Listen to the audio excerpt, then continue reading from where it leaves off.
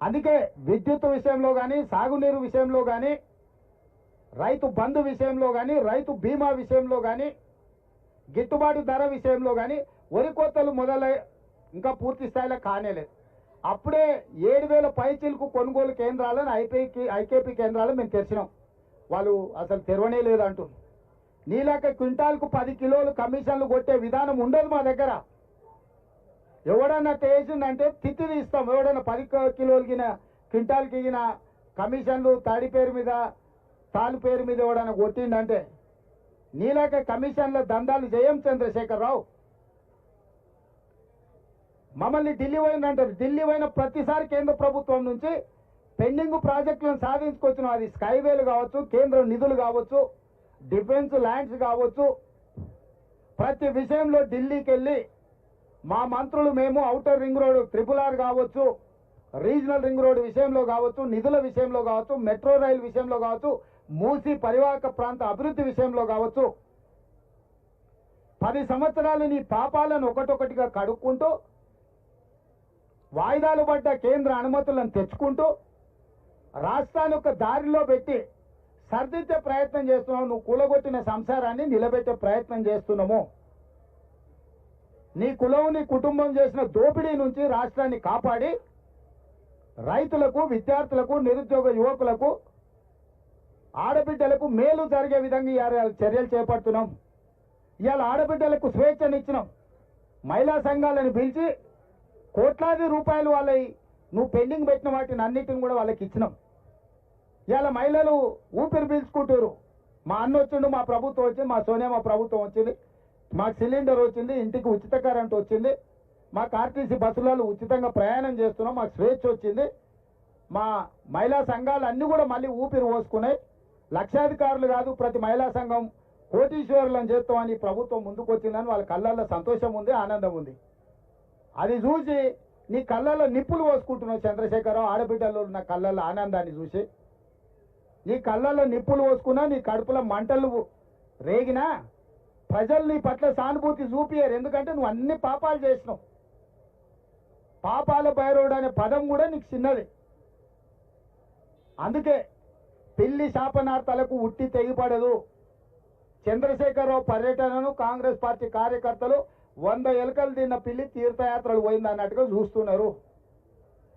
నీ దోపిడీని కప్పిపుచ్చుకోవడానికి ఈ ఎన్నికల్లో నీ ఎంపీ అభ్యర్థులు పారిపోతుంటే దాన్ని అధిగమించడానికి నీకు తెలిసిన తక్కువ విద్యలన్నీ ప్రదర్శిస్తున్నావు. ఇవన్నీ కాలం చెల్లిపోయినాయి.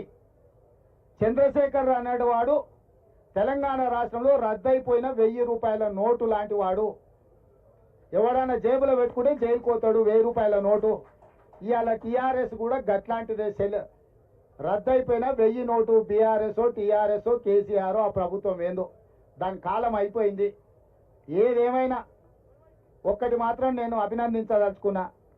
ప్రతి వారం నువ్వు బయటికి వెళ్ళాలి, ప్రజలలో తిరగాలి, ప్రతిపక్ష నాయకుడిగా నీ బాధ్యత పోషించు.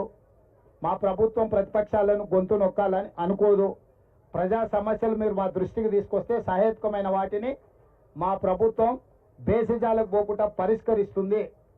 మీడియా మిత్రులకు కూడా ఏ విధంగా అయితే 2023 డిసెంబర్ 3 నాడు కాంగ్రెస్ పార్టీని గెలిపించి డిసెంబర్ 9 నాడు మా గ్యారెంటీలు అమలు చేయడానికి సహకరించిండ్రో అదేవిధంగా ఇండియా కూటమికి కూడా సహకరించండి. జూన్ 4 తారీఖు నాడు ఫలితాలు, జూన్ 9 తారీఖు నాడు ఢిల్లీ రామ్లీలా మైదానంలో ప్రమాణ స్వీకారానికి మీరందరూ రావాలి. జెండాను ఎగరేస్తాము. జూన్ 9 నాడు మీరందరూ కూడా ఢిల్లీకి రావాలి. మీరు లైవ్లో మన తెలంగాణ ప్రజలకు తెలుగులో మంచిగా చెప్పాలి.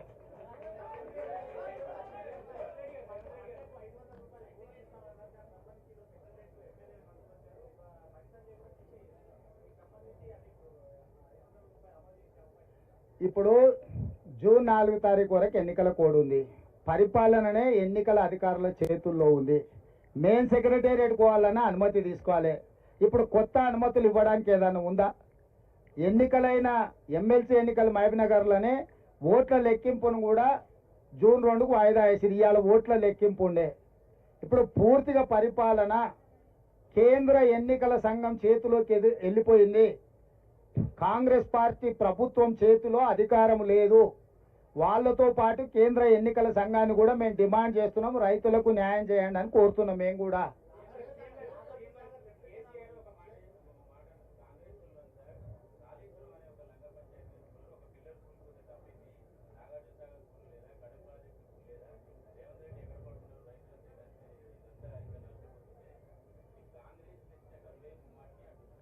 రేవంత్ రెడ్డి ఎక్కడ వండుకోలే. రేవంత్ రెడ్డి వాళ్ళ ఇంట్లోనే వండుకుంటుండు, ప్రతిపక్షంలో ఎక్కడ వండుకుంటూ ఇప్పుడు అక్కడనే వండుకుంటుండు. నేను ఫామ్ హౌస్లలో కానీ సినిమా వాళ్ళ గెస్ట్ హౌస్లలో అయితే అసలు వండుకుంటలేని కేసీఆర్ గారికి చెప్పురి.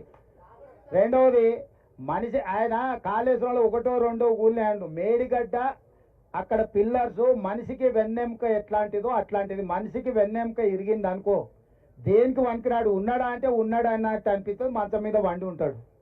ఇవాళ మేడిగడ్డ కూలిపోవడం కూడా కాళేశ్వరం ప్రాజెక్టుకు వెన్నుపూస లాంటిది. వెన్నుపూసనే ఇరిగిపోయింది. దాన్ని ఎట్లా మరమ్మతు చేయాలని నిపుణులతో చర్చిస్తున్నాము. నీలాక దివాలా సంసారము, దివాలా తీసిన విధానాలతో ముందుకు వెళ్ళదలుచుకోలేదు. అన్నిటికంటే కింద ఉన్నది ఆయన తెలివి. ఎంత తెలివి అంటే మేడిగడ్డ నుంచి అన్నారంలో పోయాడు. ఆల్రెడీ అన్నారంలో బొక్కబడి నీళ్లు బయటకు పోతున్నాయి. ఇళ్ళ నుంచి అయితే అండకు పోసి, అండ్ల నుంచి అయితే అండ పైదానికి పోయడానికి అన్ని బాగిలే ఉన్నాయి కదా. కేసీఆర్ మాటలు తిక్కలోటి తిరణాలకు పోతున్నట్టే ఎక్కడానికి దిగడానికి సరిపోయిందంట.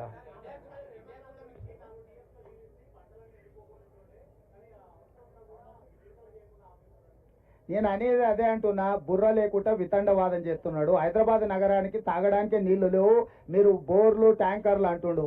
అసలు బుర్ర ఉందా కేసీఆర్కు?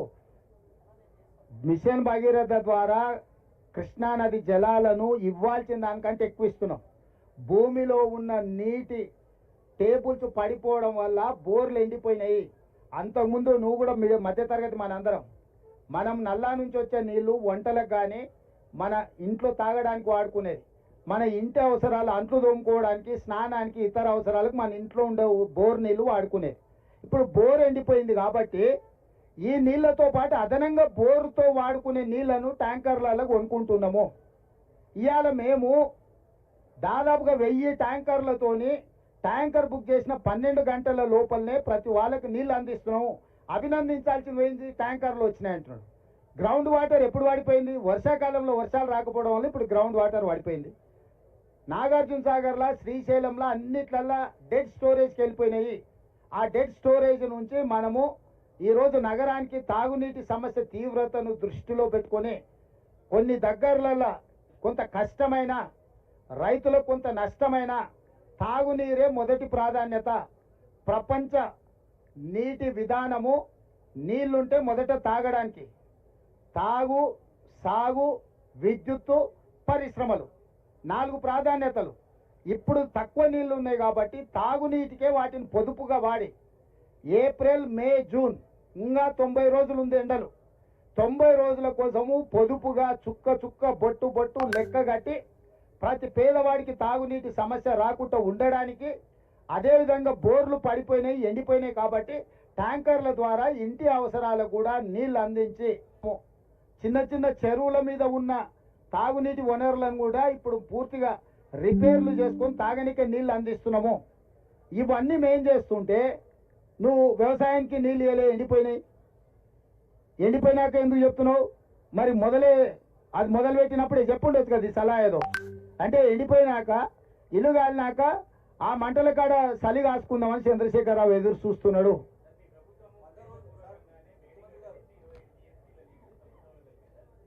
ఇప్పుడు నేను అదే చెప్తున్నా, మేడిగడ్డ వాళ్ళ అధికారంలో ఉన్నప్పుడు 3 నెలల ముందే పగిలిందా, కుంగిందా? నీళ్ళు ఎవడో వదిలిండా? మీరు అంతా చూసి వచ్చారు కదా.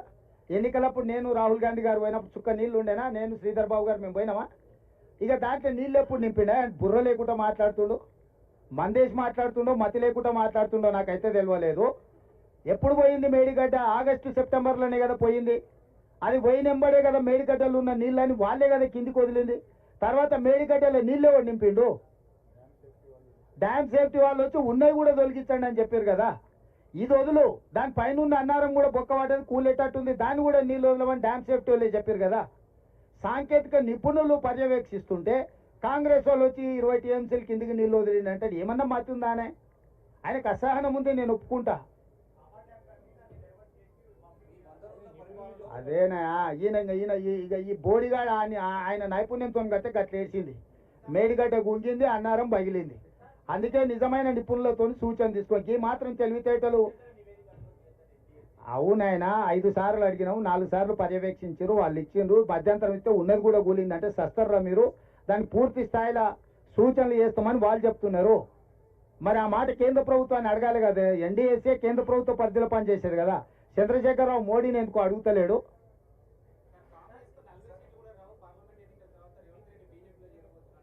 చూడంటుండు